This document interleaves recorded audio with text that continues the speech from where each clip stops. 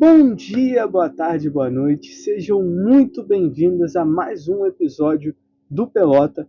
Nesse episódio a gente vai falar da rodada de terça, quarta e quinta. Na verdade, só teve jogo quarta-feira, né? Três times cariocas jogaram na quarta-feira e o Flamengo jogou ontem. Mas vamos falar. Quarta-feira, o Vasco começou jogando 7h30 da noite contra o Audax Italiano fora de casa. O resultado final foi 2-1. Os Trapalhões entraram em campo na defesa do Vasco da Gama, mas já vamos comentar já sobre esse jogo. Foi um jogo interessante. O Fluminense e o Botafogo jogaram no mesmo horário, 9h30. O Botafogo jogou na sua casa contra o Racing e ganhou de 2-1 também. O Racing é um time muito complicado, é uma vitória muito importante para o Botafogo. O Botafogo é líder da sua chave. O Vasco também, tá? Eu esqueci de comentar. O Vasco também é líder da sua chave. E o Fluminense jogando também junto, empatou com o Rivadavia fora de casa, complica ainda mais a onda do Fluminense, mas ao mesmo tempo deixa um caminho mais pavimentado, porque agora o Fluminense só depende dele para se classificar para as oitavas, e os jogos que ele precisa ganhar, 2 deles são no Maracanã, dentro da sua casa. Então é mais do que obrigação ganhar esses jogos para se classificar para a grande Libertadores. E ontem o Flamengo supostamente jogou, porque a partida foi cancelada contra o Independente de Medellín fora de casa, mas eu também já vou comentar sobre isso. Então vamos embora, siga lá a pelota, vamos embora. Vamos começar com o gigante da colina. O Vasco da Gama ganhou de 2-1 do Audax Italiano fora de casa.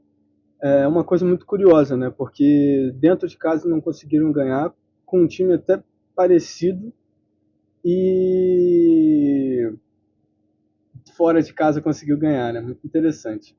Mas se eu falar para você que o roteiro do Vasco ainda não mudou muita coisa, você vai achar que eu sou um péssimo jornalista, um péssimo comentarista que só está aqui vindo repetir as coisas. Mas não deixa de ser verdade. O primeiro tempo do Vasco continua sendo um primeiro tempo muito ruim. E isso é uma coisa que precisa ser consertada. Não é possível que o Vasco vai continuar tendo que passar por todo esse sufoco nesse primeiro tempo, toda hora tendo que reclamar de certos jogadores, certas atuações. Por que só joga no segundo tempo? Por que não pode jogar no primeiro e já decidir o jogo e ficar mais tranquilo? Não consigo realmente entender isso. Mas o bom é que a maré tá boa e tá conseguindo virar, né? O Vasco faz um gol contra, uma pataquada da defesa. O goleiro fica um pouco mais distante do gol. E quando o Saldívia, o zagueiro do Vasco, foi passar para ele para fazer um recuo, ele já estava muito longe e a bola saiu mais rápida. Por quê? Porque o campo do Audax Italiano é sintético, então a bola corre mais rápido. Então o goleiro acabou se atrapalhando, não conseguiu pegar a bola e a bola entrou 1-0 ao Audax Italiano. Mas era o mesmo que o gol tenha sido um gol de contra, o time do Audax Italiano martelou muito para conseguir fazer mais. É porque não tinha tanta qualidade assim. O Audax, como eu tinha comentado no último vídeo, se eu não me engano foi o nosso primeiro vídeo, a gente comentou sobre a Sul-Americana, o Audax não é um time que tem muita qualidade, né? Mesmo em casa não conseguiu se apresentar um time muito forte. E o Vasco já era um time misto, foi um jogo bem feio, sendo bem sincero. Então, assim, o time do Vasco todo estava muito ruim no primeiro tempo. Todo, muito ruim, assim. Erro de passe bobo, jogadores brincando. Eu acho que os únicos que dá para tirar assim de destaque eram o Barros e o Paulo Henrique, o PH lateral direito e o Barros volante. Porque eram titulares, realmente eles são titulares, jogadores titulares, e estavam jogando como deviam jogar. Mas o resto, cara, sinceramente, até o Saldívia, que costuma ser titular, jogou muito mal, tava querendo entregar a paçoca o jogo inteiro, no primeiro e no segundo tempo. Esse cara escolheu o dia para atrapalhar o Vasco. Escolheu o dia para entregar, né? No primeiro e no segundo tempo ele jogou muito mal, muito mal. Piton jogou mal no primeiro tempo, que eu também não sou muito fã do jogador Piton, mas às vezes ele faz boas partidas. Então no primeiro tempo ele já joga mal, né? Entre outros jogadores, tá? Alguns que, coitados, nem puderam participar nesse primeiro tempo, como o Spinelli, o Nuno participou muito pouco porque a bola não estava chegando lá. Então você vê, um time do Audax, que é um time que nem de Série B consegue competir, que ia cair para C, conseguiu fazer essa pressão toda no Vasco no primeiro tempo, alguma coisa tinha que estar errada. E realmente aconteceu algumas mudanças que ajudaram na mudança do jogo para o segundo tempo. Eu comentei sobre ele aqui no último vídeo, se eu não me engano. Não, foi no vídeo retrasado que a gente comentou sobre o Vasco Olímpia, e eu falei sobre ele, que é o Ramon Rick.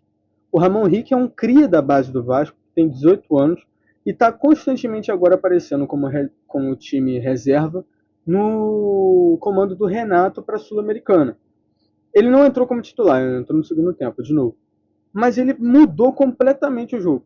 Ele fez o que o Vasco tinha que ter feito há muito tempo. Que é o quê? Levar essa bola para frente. Eles não têm qualidade para segurar o Vasco. Se o Vasco tabelasse bola dentro do campo deles, eles iam ficar assistindo e não iam fazer nada. Eles não tinham essa habilidade toda para conseguir fazer uma retranca ou até mudar um pouco de situação, ser um pouco mais ofensivo. Não tinha como fazer isso. Então, qualquer mínimo de esforço que o Vasco fizesse, já ia conseguir tabelar lá na frente. E é isso que o Ramon Rick conseguiu pensar. Ele direto fazia algumas jogadas assim de pegar a bola e arrancar e tabelar lá dentro. Isso foi muito interessante. A entrada dele foi muito importante. E a entrada de outro jogador também que surpreendentemente eu venho comentar aqui. Matheus França. Matheus França entrou no segundo tempo e jogou bola. Olha só que coisa. Matheus França entrou no segundo tempo e jogou bem. Cara, é um absurdo, é uma loucura eu falar isso aqui. Mas, como eu falei, tem que dar de César o que é de César. O segundo tempo do Matheus França, o tempo que ele pôde jogar, foi muito bom, dentro do possível, claro. Foi muito bom. Fez passes bons, trabalhou muito bem ali na área dele. Eu acho que agora sim ele achou a posição dele, né? A posição para ele jogar. Eu acho que agora ele achou. E conseguiu jogar muito bem. Mas é claro, a gente tem que ver esses quesitos. Como eu falei, o Audax não é um time muito bom, então ele vai se sentir mais confortável sem uma marcação muito pressionando ele ali no cangote dele. Então ele tem um tempo mais para pensar, ele tem um pouco mais de liberdade. É como se fosse um jogo treino, não deixa de ser isso.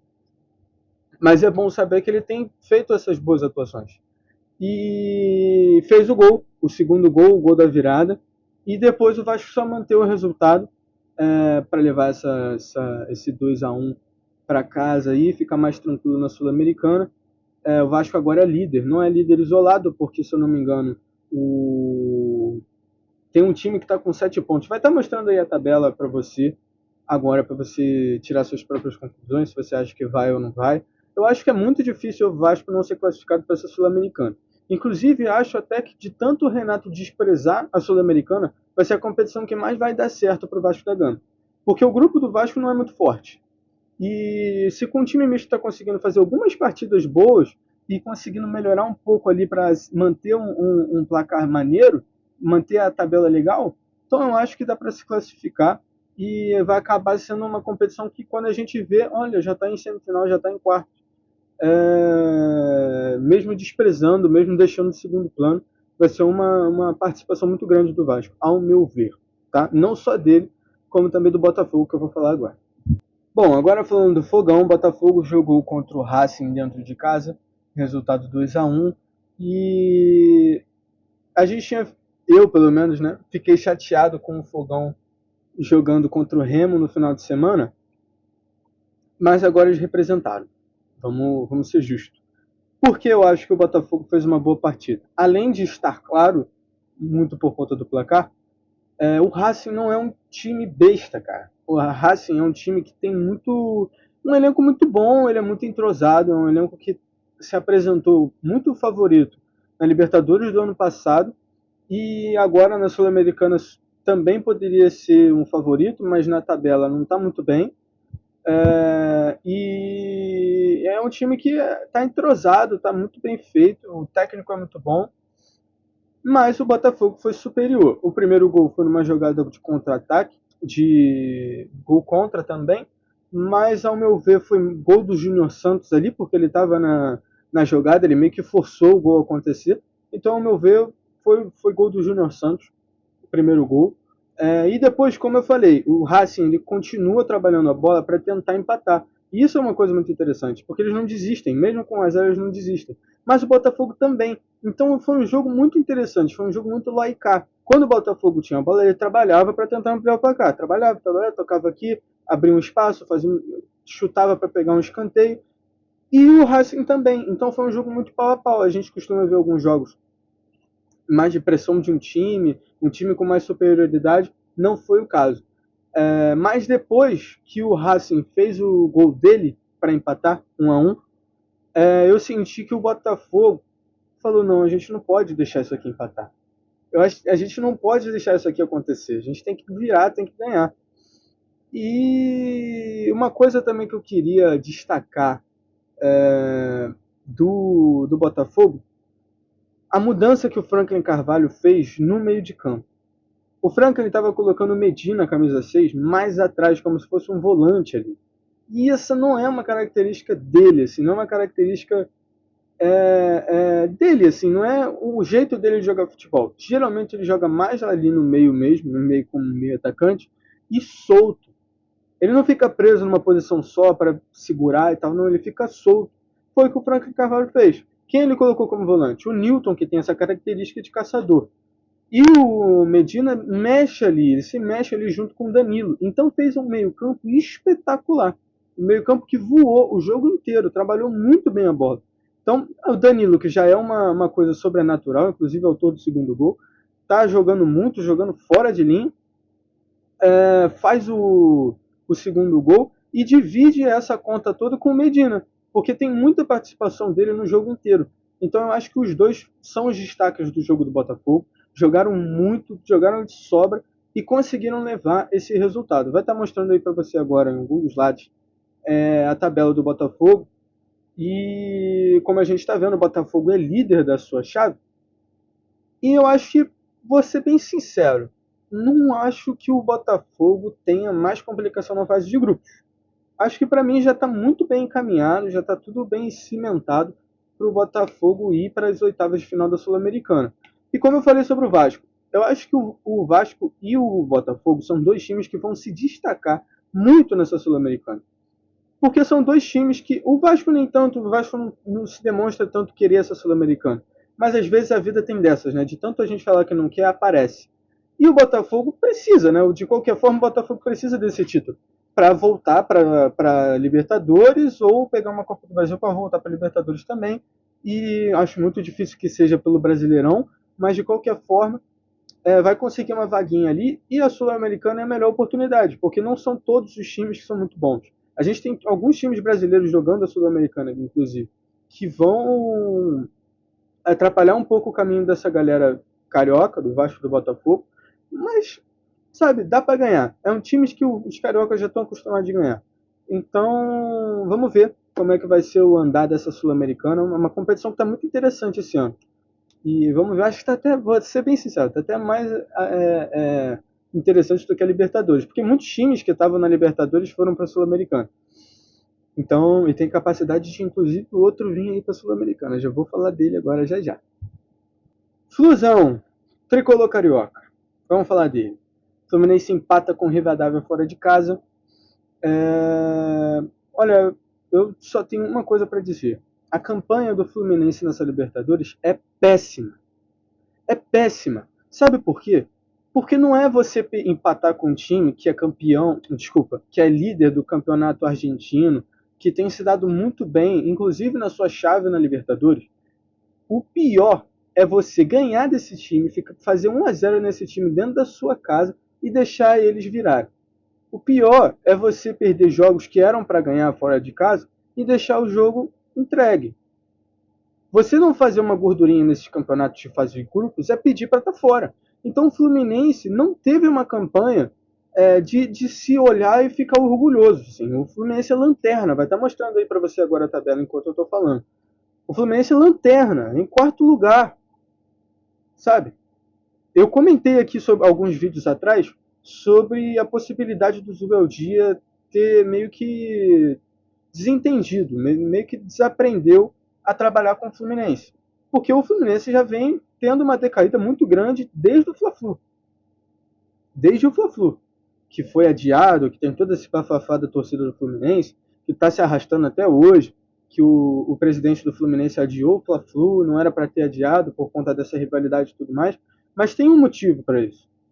O Fluminense começou a piorar depois do Fla-Flu, porque em 3 minutos de Fla-Flu, o Lúcio Acosta se machuca. Então tem um nome para isso. O Lúcio voltou nesse jogo. Né? E a gente já viu uma breve melhora do Fluminense. Mas, ao mesmo tempo, eu sinto que tem alguma coisa atrapalhando o Fluminense que não está se encaixando, não está fazendo o time se entrosar. Muitas vezes a gente viu o Lúcio Acosta fazendo tabela com os pontas, fazendo tabela com os atacantes, mas, ao mesmo tempo, sabe, faltava aquele negocinho ali para fazer um gol. Então, eu acho justo a dúvida do Zubeldia dentro do cargo. Eu acho justo agora, porque se você vê o retrospecto agora, o único jogo que o Fluminense jogou minimamente bem foi contra o Santos, 3-2 lá na Vila Belmiro. Foi o único jogo que o Fluminense jogou minimamente bem e ainda assim tomou 2 gols do fraco do Santos. Com todo respeito ao Santos. Mas é um time muito fraco. Mesmo com o Neymar em campo, é um time muito fraco. E você tomar 2 gols dele com uma coisa desligada assim, sabe? E outro nome também que tá aí aparecendo de novo nas capas de revista dos Trapalhões do futebol carioca, Freitas, né? Que é outro jogador que eu não entendo como é que esse cara ainda é titular do Fluminense, gente. Como é que existe isso? Tá tudo errado na escalação do Fluminense. John Kennedy é banco, John Kennedy entra e resolve o jogo. O Freitas é titular e tá atrapalhando o time do Fluminense. Como é que pode um negócio desse? Isso não é normal, gente. Não pode naturalizar um negócio desse. Tem que ser criticado, tem que ser comentado.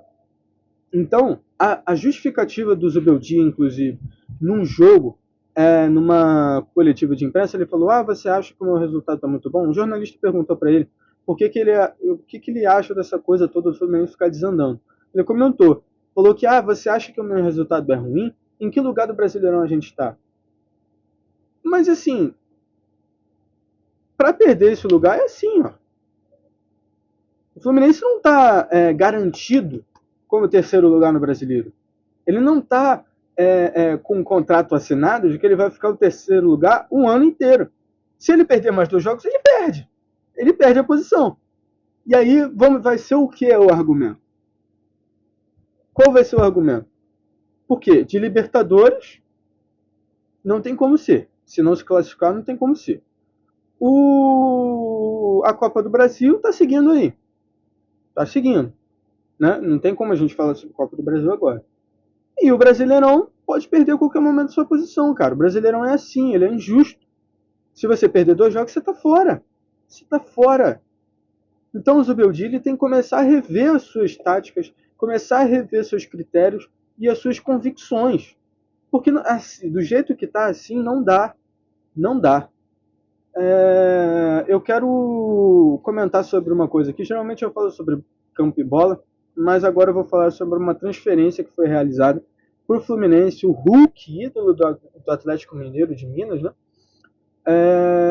Vai para o Fluminense. Uma contratação que o Fluminense já tinha tentado no início do ano, inclusive no ano passado, se eu não me engano, mas acabou não dando certo. E agora o Hulk manteve essa metade de temporada aí no Galo e agora está indo para o Fluminense. É uma contratação muito importante, assim, mas ao meu ver, eu não vejo ele como centroavante. Né? Muita gente vê o Hulk como um atacante, inclusive eu também. Eu acho que o Hulk é mais atacante, mas eu não vejo ele como centroavante nesse Fluminense, nesse time do Fluminense. Que ele é titular, isso não preciso nem comentar. Né? Eu acho que o Hulk é titular, inclusive em muitos clubes do futebol brasileiro, inclusive do Galo. Não estava esse ano, mas inclusive do Galo eu acho que ele é titular. E para o Fluminense, que já tem esse retrospecto de contratar jogadores mais velhos, né, mais de idade, mas conseguir assim, manter um nível com que ele apresentasse um bom futebol, eu acho que a contratação foi muito certeira. Inclusive, eu acho que isso foi pensado dentro do Hulk, né, dentro do empresário do Hulk, dentro de tudo. Eu acho que isso foi muito estudado, né, para antes de ir para o Fluminense. Então, o Hulk chega para o Fluminense para ser titular absoluto, ao meu ver, e principalmente se ele for quase um meio atacante ali, um falso 9, eu acho que vai dar muito certo ali, muito certo. Com o meio campo de Lúcio Costa, o Martinelli quando voltar, mas agora está sendo Nonato, e é isso, Lúcio Costa, Nonato, e colocar o Hulk um pouquinho mais ali no meio, Dá pra fazer, gente. Dá pra fazer. E outra, se o Hulk pegar a bola e colocar debaixo do braço para levar esse campeonato com o Fluminense, eu acho que ele tem um grande potencial para ser um grande ídolo do Fluminense. Porque a situação do Fluminense é muito complicada. Então, se chega um jogador que já tem uma certa idade, que ninguém está dando nada por ele, para ser titular absoluto do Fluminense, e, e chega assim já representando, já classificando, por exemplo, imagina se o Hulk, é porque o Hulk ele só vai poder jogar agora depois da Copa do Mundo com o Fluminense. Então a gente não pode colocar ele como um herói da Libertadores, por exemplo. Só se o Fluminense se classificasse. Dependendo dos próximos jogos, talvez o Hulk possa se tornar um herói da Libertadores. Mas aí seria nos mata-matas. Mas no Brasileiro, na Copa do Brasil, ele tem muito potencial para ser um grande representante do Fluminense nesse ano. Então vamos ver como é que vai ser. De novo, o Hulk só vai jogar pelo Fluminense depois da Copa do Mundo. Então vai passar a Copa, os primeiros jogos ele já vai poder jogar, se tiver tudo ok, se ele não se machucar em treino e tudo mais, ele pode jogar, já vai ser possivelmente, né, vamos ver como é que vai ser, titular do Fluminense tricolor carioca. E agora vamos falar do bafafá que rolou lá na Colômbia. O jogo do Flamengo foi cancelado. Tem muitas camadas, assim, muitos erros ao mesmo tempo que a Conmebol deixou acontecer. Mas vamos lá, vamos por partes. Começar do começo. O Flamengo foi jogar com o Independente de Medellín lá na Colômbia, na casa deles. Porém, o Independente de Medellín já vem de uma crise. O Independente de Medellín está fora do campeonato colombiano, né? E o que acontece? Existe um rapaz chamado Raul Giraldo, que ele é acionista, né? Ele dá grana para o Independente de Medellín. Esse rapaz está sendo muito criticado na Colômbia, né? Está sendo muito, não vou dizer perseguido, mas ele tem feito atuações ruins para o clube, né? Tem feito algumas contratações ruins, não tem investido tanto quanto prometeu, enfim, muitas coisas.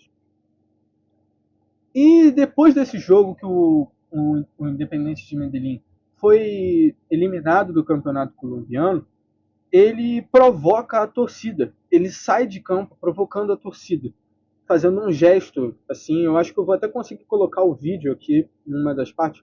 Ele sai provocando a torcida, assim. E a torcida começa a criticar, começa a querer entrar do estádio já. Então, assim, é uma coisa antiga. Sobra para o Flamengo. O Flamengo não tem nada a ver com isso. Ele só chega para jogar. Inclusive o BAP, né? Desculpa, o Boto, ele faz um vídeo falando sobre e ele comenta: a gente tentou jogar o tempo inteiro. Tudo que a gente pôde para fazer para jogar, a gente tentou para que a gente continuasse o jogo. Mas no final acabou saindo o Brasil pro Flamengo, porque o Flamengo concluiu a suspensão do Leonardo Jardim nesse jogo, sem jogar, né? O Flamengo possivelmente vai garantir os seus 3 pontos e vai abrir uma gordura surreal no seu grupo. Por que os 3 pontos? Para contextualizar também. De acordo com as regras da Conmebol, né? Quando essas coisas acontecem, quando esses problemas de torcida acontecem dentro do estádio do clube, pela torcida do clube, o time rival que não pôde jogar, né, se a partida for cancelada por motivos da torcida do clube dentro da casa do clube, o time rival que foi lá jogar vai ser considerado vencedor por 3-0 e vai ganhar os 3 pontos. Então o Flamengo está esperando a resposta, né? Enquanto eu estou gravando esse vídeo, está tendo uma entrevista coletiva do Boto e do Leonardo Jardim. Então, o Flamengo meio que ficou na dele. Deixou o jogo, o juiz acontecer. Mas quais são as camadas disso? O que acontece? Existem 2 coisas que são feitas antes de começar o jogo. Que é o departamento de segurança, ver se está tudo bem em volta, se está tudo bem dentro da torcida, se o local está apto para começar o jogo. E a galera da Conmebol mesmo, que atua dentro dessa partida em específico, para saber se pode acontecer. Essas 2 partes que tiveram, foi confirmada a autorização da partida. E quando começa o jogo, inclusive o árbitro libera 2 minutos de jogo, que eu acho um absurdo, tendo em vista que tinha um raio laser na cara do jogador, sinalizador, os jogadores estavam jogando coisas na imprensa, jogando coisas no banco de reservas, então estava um caos aquele estádio. Um caos, e o Flamengo estava se pagando o pato só. Não tinha como começar uma partida desse jeito. Mas ele libera 2 minutos de jogo. E vendo isso, vendo esse estado todo do estádio, da torcida, já era para falar, ó, não tem como. E aí, logo depois, acho que 9 minutos depois, os times saem para o vestiário, os jogadores e todo mundo da equipe do Flamengo sai protegido pela polícia, né? Então é um caso assim absurdo, mas ao mesmo tempo tudo bem para o Flamengo, né? Obviamente, se a justiça for feita, o Flamengo vai ficar com os 3 pontos e vai ficar ganhou, né? Vai dizer que ganhou a partida por conta dessa coisa toda. É um absurdo, sinceramente, eu achei um absurdo, mas ao mesmo tempo tá seguindo uma linha cronológica e os caras estão vivendo o momento deles. Então eu não nem culpo tanto a torcida. Eu acho que o jeito que foi muito desnecessário. Os torcedores do Flamengo que foram lá acabaram não vendo o jogo por conta disso. Né? Os jogadores do Flamengo não tinham nada a ver com isso, mas era o momento deles de fazer essa crítica. Então, ao mesmo tempo que eu entendo, eu acho errado também por ter feito toda essa coisa e ter atrapalhado o jogo. Poderiam ter feito inúmeras formas de fazer um protesto. Poderiam ter ido na frente de CT, poderiam ir fazer várias coisas que a gente já está acostumado de ver aqui, inclusive no Brasil. Mas não, eles escolheram um jogo da Libertadores, que é um jogo muito importante, né, para ambos os clubes, para fazer esse protesto e acabou dando nisso. Né? Eu acho que qualquer clube que vê o seu acionista, o cara o cabeça branca, né, a maleta de dinheiro do clube, fazendo esse tipo de coisa e logo depois ele pede rescisão para sair do clube, é muito, muito difícil mesmo. Eu entendo os torcedores, mas o Flamengo não tinha nada a ver com isso. Então, com essa possível vitória e esses 3 pontos, o Flamengo continua líder da Libertadores no seu grupo e praticamente já está classificado para as oitavas de final. Estou ansioso para essas oitavas de final de Libertadores, La Bendita Copa Libertadores. Vamos ver como é que vão ser durante o ano. Vamos embora. Então é isso, gente. Eu espero que vocês tenham gostado do vídeo de hoje. Eu tentei ao máximo falar cada vez mais de cada clube e eu fico muito feliz que o projeto está dando certo, a gente está crescendo cada vez mais. Isso me deixa muito orgulho e muito feliz. Eu estou fazendo isso aqui por pura comprometimento e diversão, que são 2 coisas que eu gosto, e fico feliz que isso esteja sendo dividido com vocês e que vocês tenham gostado. Estou recebendo cada feedback que eu estou adorando. Então vamos seguindo aí o projeto, siga lá Pelota com o projeto. Então, um abraço, tamo junto, até segunda-feira, siga lá Pelota. Tchau, tchau.